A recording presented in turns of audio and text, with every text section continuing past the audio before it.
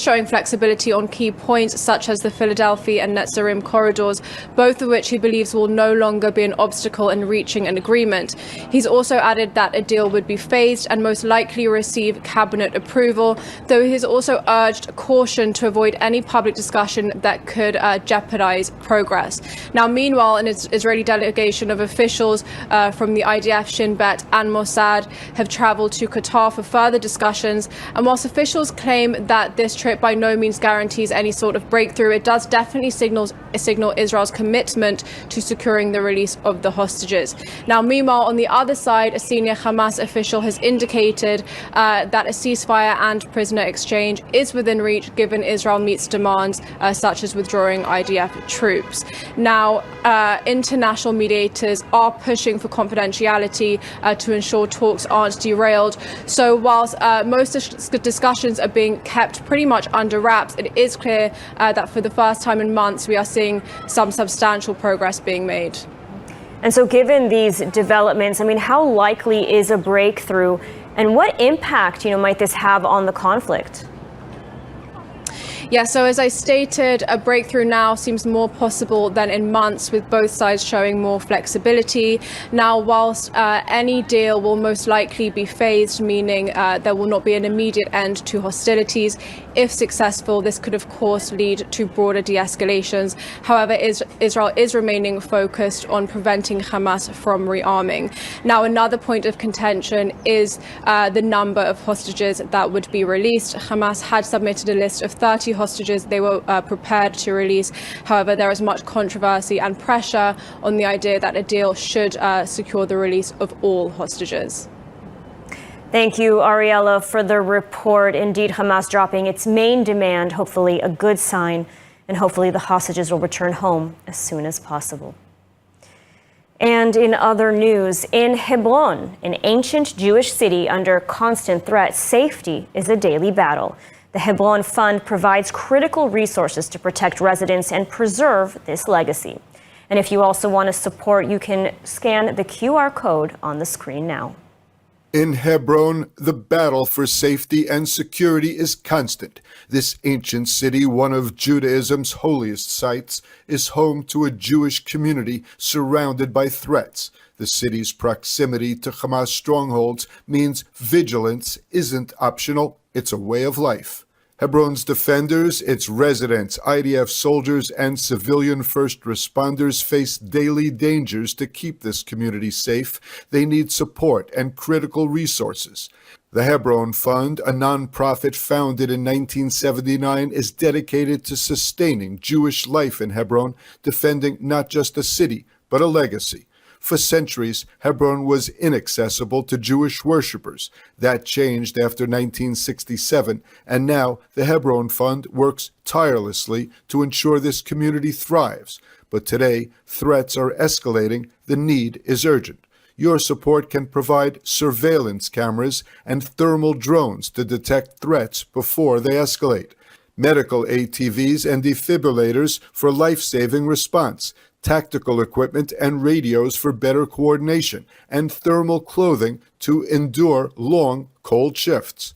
Beyond defense, this is about community resilience. The Hebron Fund helps boost morale by supporting soldiers with war meals and gratitude events. They also provide food vouchers for families affected by terror. Supporting Hebron means helping protect Israel's heartland. It ensures the preservation of the tomb of the forefathers and mothers and the surrounding sacred sites. Your contribution helps maintain Jewish life in this historic city and safeguards a legacy that has endured for generations.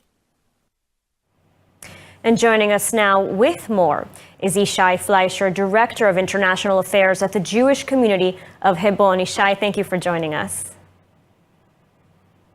Great to be with you. Thank you. So can you shed some light on what kinds of challenges Hebron's residents, soldiers, and first responders face, especially given the high number of Hamas supporters in that area?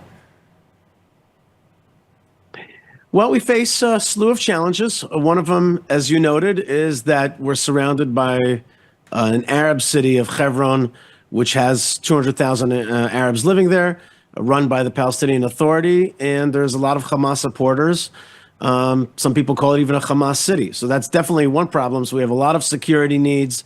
We have, a whole army that defends not just the Jewish community of Hebron, but all the visitors that Jews and people around the world who want to come and connect with the tomb of Abraham and Sarah, Isaac and Rebekah, Jacob and Leah. So we've got these security needs, and we also have these touristic needs. A lot of people want to come and make pilgrimage. So that's a very important aspect of our life, is that on the one hand, we're a security town. On the other hand, we're a touristic town. So in many ways, we mirror what Israel is, which is a country that has a security element, but wants to bring in people and connect with a lot of people. So those are some of the challenges. We're about an hour south of Jerusalem, an hour north of Beersheba. So we're a little bit by ourselves. And at the same time, we face other challenges, which is what I call the narrative war. We face a lot of besmirchment of the history of the Jewish community of Hebron, erasure, an effort to erase our history, an effort to blacken our name. But we fight through that with the amazing message of the history of the Jewish community of Hebron and the connection to the forefathers and mothers and the heritage of the Jewish people in this place. And so why are these sort of morale boosters for soldiers, food vouchers for families affected by terror, why are they so essential to Hebron's resilience? Well, we got to keep those soldiers happy, and we got to make sure that they understand what they're doing there. And we think that a happy soldier is a better defensive soldier. And we also want to use the opportunity of that soldier coming to our town to have him or her remember the awesome time that they had there. Winter is coming. They need to stay warm, so they need little things, like from a hot pizza to some gloves and whatever they need. We want to make sure that they have an excellent time. We actually have the great privilege of being a community, a touristic spot, and also an army place. So you actually get to meet the army, you get to connect with the army. Individual people could just walk up to soldiers, say hi to them. A lot of places, like you're not gonna see the soldier in your day-to-day life if you're living, let's say, in Tel Aviv.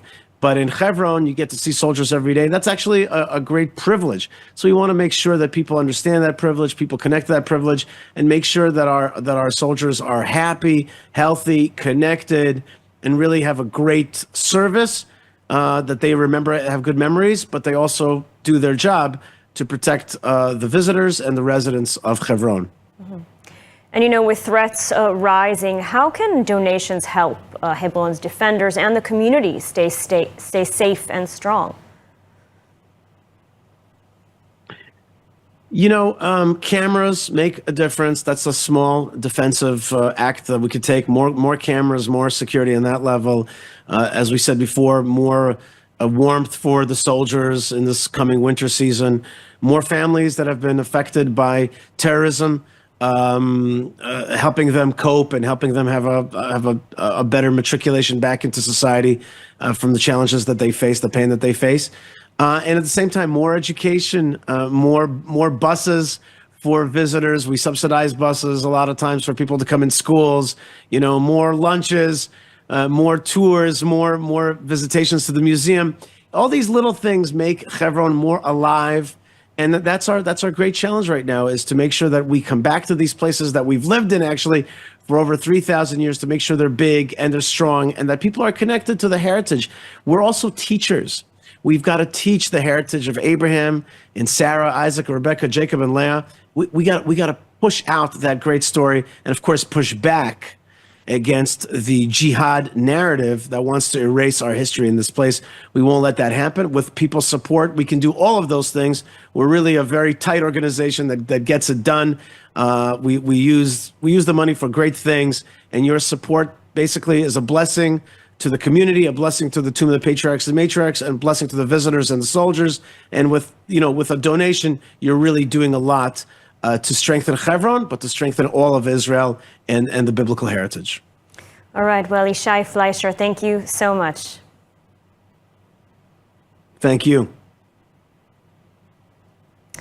And our final story, the anti-Semite of the year for 2024 has been revealed, and it's no other than disgraced conservative pundit Candace Owens. The so-called award is bestowed by Stop Anti-Semitism, a leading nonpartisan U.S.-based organization that combats anti-Semitism. On announcing the honor, Stop Anti-Semitism wrote that from defending Hitler's actions in Germany and mocking Jewish fears over Kanye West's anti-Semitic tweets to claiming Israel forces Muslims into segregated quarters and insinuating Hollywood is run by sinister Jewish gangs, Owens has been rightfully crowned 2024's Anti-Semite of the Year. Following October 7th, Owens' anti-Semitism kicked into high gear as she spread conspiracy theories about Jews and Israel. This led to her removal from the Daily Wire and suspension from YouTube. She's since been denounced by evangelical leaders and even her own father-in-law. Owens was in good company alongside environmental activist turned Hamas supporter Greta Thunberg and Twitch streamer and Hamas frontman Hassan Piker, rounding out the top three. Definitely worthy of the so-called honor. The Iranian-led axis of evil has suffered lethal setbacks over the past year, including the elimination of the Hamas brigades in Gaza, the destruction and retreat of Hezbollah in Lebanon, and the fall of the al-Assad regime in Syria. Iran itself has suffered huge losses in Israeli airstrikes. Yet the Houthis continue to attack and remain the last proxy standing in the Iranian arsenal. However, that could soon change. More from ILTV's Devo Klein. Over 1 million Israelis were forced to shelter in central Israel yesterday due to a drone detection from the Houthi rebels in Yemen. After the destruction of Hamas capabilities and Hezbollah in a ceasefire agreement, and Iran in a holding pattern, only the Houthis remain committed to launching attacks on Israel as long as the war in Gaza continues. إن القوات المسلحة اليمنية مستمرة في مواصلة تنفيذ عملياتها العسكرية وضرب كافة الأهداف التابعة للعدو الإسرائيلي في الأراضي المحتلة، وإن هذه العمليات لن تتوقف إلا بوقف العدوان على غزة ورفع الحصار عنها. Israel has previously responded to the Houthis with 2 rounds of airstrikes in July and September, but Houthis have not suffered a major setback in months. The drone fired toward central Israel yesterday was shot down without causing damages. But just last week, a Houthi UAV hit the top floor of an apartment building in Yavne. Fortunately, no one was injured. Perhaps the time to deal with the Houthis has finally come. American forces carried out an airstrike against a Houthi command and control facility that was used by the Yemeni rebels to coordinate attacks as the Houthis continue striking ships in the Red Sea and the Gulf of Aden. The targeted facility was a hub for coordinating Houthi operations, such as attacks against U.S. Navy warships and merchant vessels. With the Israeli Air Force now free from major operations on other fronts, speculation is mounting that another major and perhaps coordinated operation against the Houthis could be in the offing. And the Iranian-led axis has been dramatically set back in Gaza, in Lebanon, and in Syria. But the Houthis in Yemen are still standing. Are they next in line? Joining us now to discuss is British military expert Andrew Fox. Andrew, thank you so much for joining us today. My pleasure. So the Iranian Houthi proxy is still striking strategic global shipping and just yesterday targeted Israel with a ballistic missile. In your estimation, is a major Israeli and perhaps allied strike on the Houthis forthcoming? I think it's possible. I think the last 14 months with Yemen, I think we've been very reactive and we haven't had a particularly clear strategy as to how to find a political or military solution to the problem of Houthi interference, not only in the Gulf, but also with their direct attacks on Israel. I think a completely independent Israeli strike is extremely unlikely. They will need American facilitation of things like refueling and recovery of potential downed aircraft should such an eventuality occur. But I think it's very clear that with the collapse of the remainder of Iran's Shiite crescent proxy strategy, the time does feel right to start taking slightly more assertive action towards the Houthis. More assertive action towards the Houthis, and perhaps not only. Iranian air defense was badly damaged by Israel. They were just ousted from Syria after losing in Lebanon. Is Iran ready to admit defeat, let the Houthis stand alone, or perhaps is Israel and its allies considering an attack against Iran itself, the head of the snake? I haven't seen any indications of that yet, but I do have real concerns about Iran between now and Mr. Trump's inauguration on 20th of January. We've seen a complete collapse of their proxy strategy. We've seen them humiliated domestically as the Israelis took out their air defenses with absolutely no effort at all. And really, that doesn't leave Iran with very many options, especially with a very hostile Trump administration coming in Washington. My biggest fear is that they might try and make a rush for some sort of nuclear power status between now and that inauguration date. So both Netanyahu and Trump have said that they would not allow Iran to attain nuclear weapons. Do you think that that indicates that perhaps now is the right time to strike? And what would it take to actually topple this regime once and for all? Well, these are really complicated problems, and we've seen the B-52s placed forward in the Gulf. They're based out of Doha, and we know that the Americans have been willing to use them against ISIS in Syria.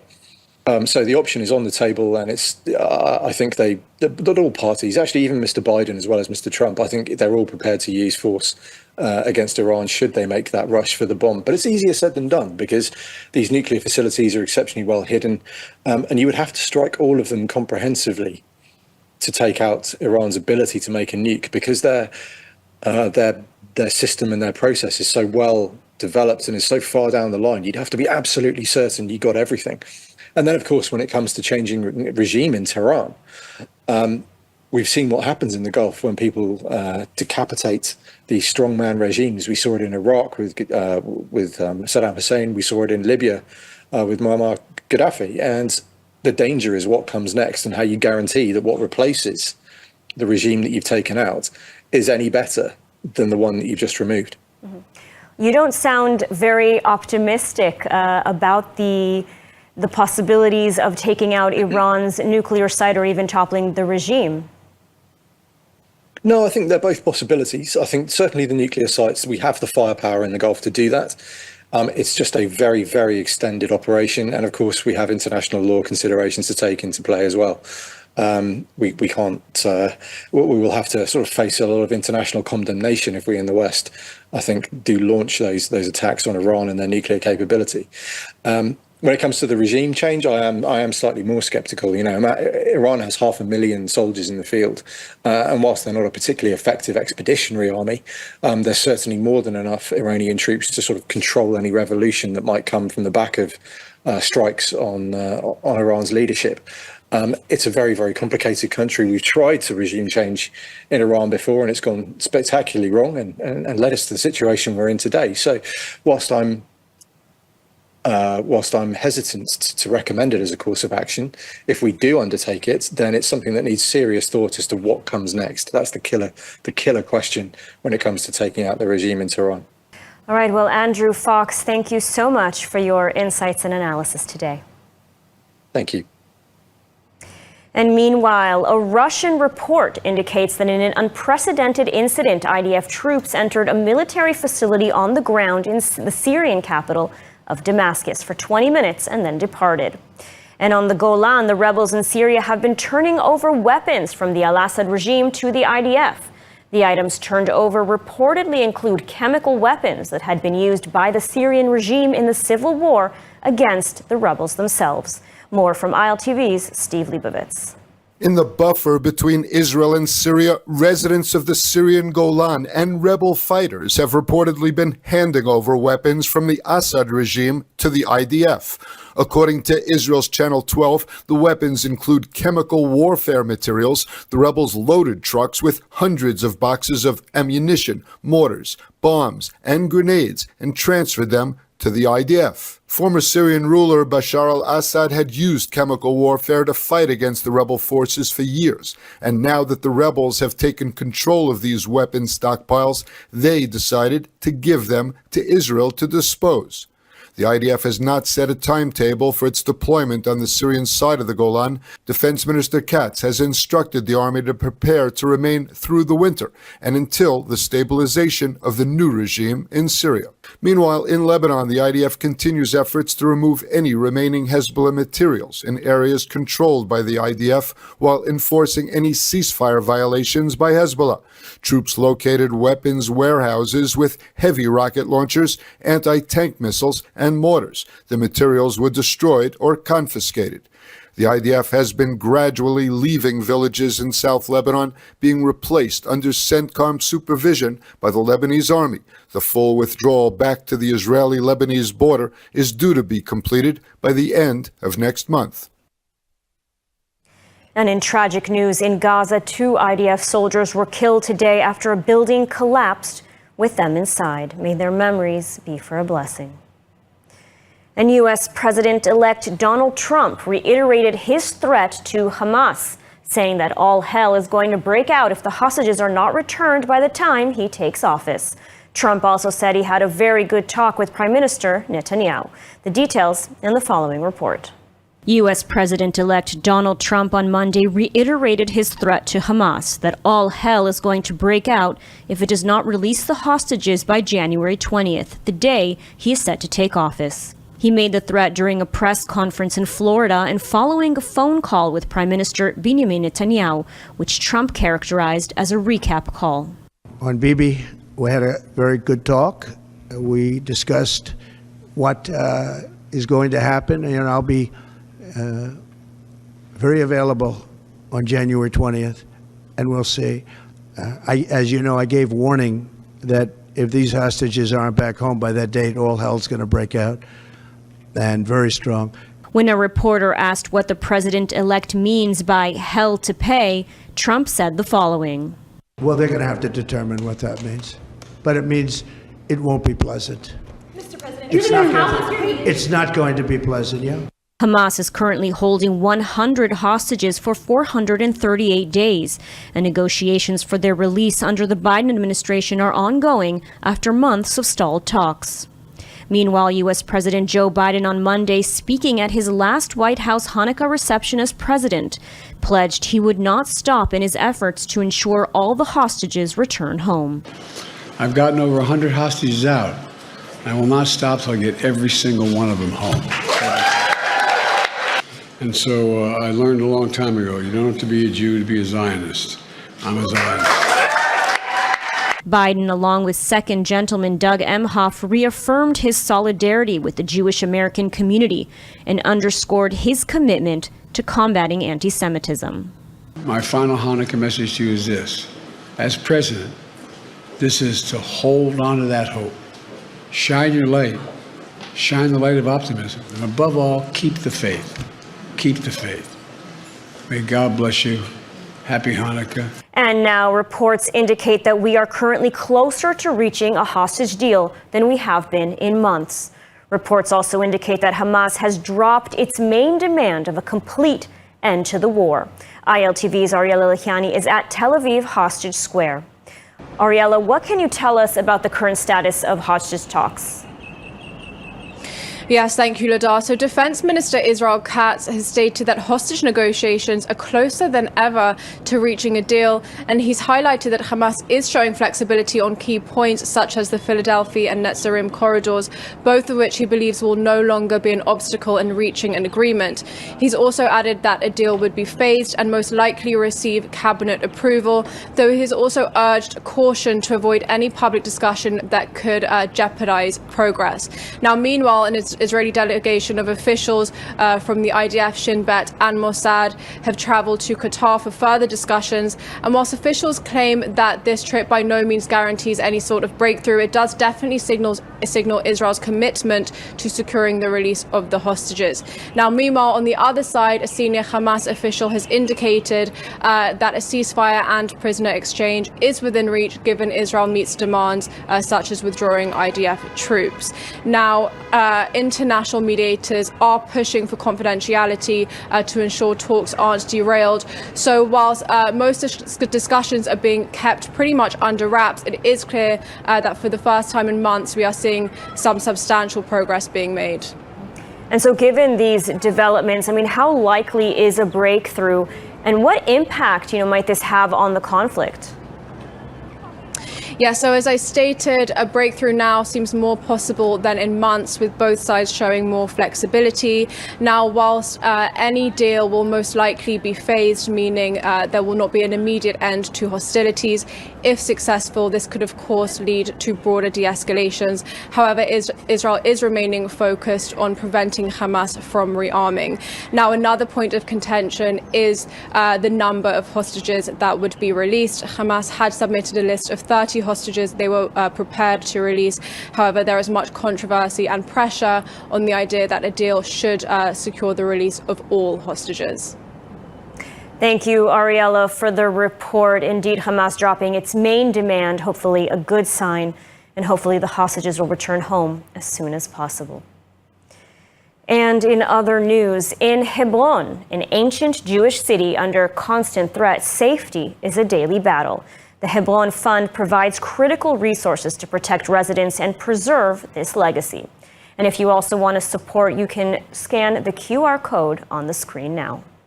In Hebron, the battle for safety and security is constant. This ancient city, one of Judaism's holiest sites, is home to a Jewish community surrounded by threats. The city's proximity to Hamas strongholds means vigilance isn't optional, it's a way of life. Hebron's defenders, its residents, IDF soldiers, and civilian first responders face daily dangers to keep this community safe. They need support and critical resources. The Hebron Fund, a nonprofit founded in 1979, is dedicated to sustaining Jewish life in Hebron, defending not just a city, but a legacy. For centuries, Hebron was inaccessible to Jewish worshippers. That changed after 1967, and now the Hebron Fund works tirelessly to ensure this community thrives. But today, threats are escalating. The need is urgent. Your support can provide surveillance cameras and thermal drones to detect threats before they escalate, medical ATVs and defibrillators for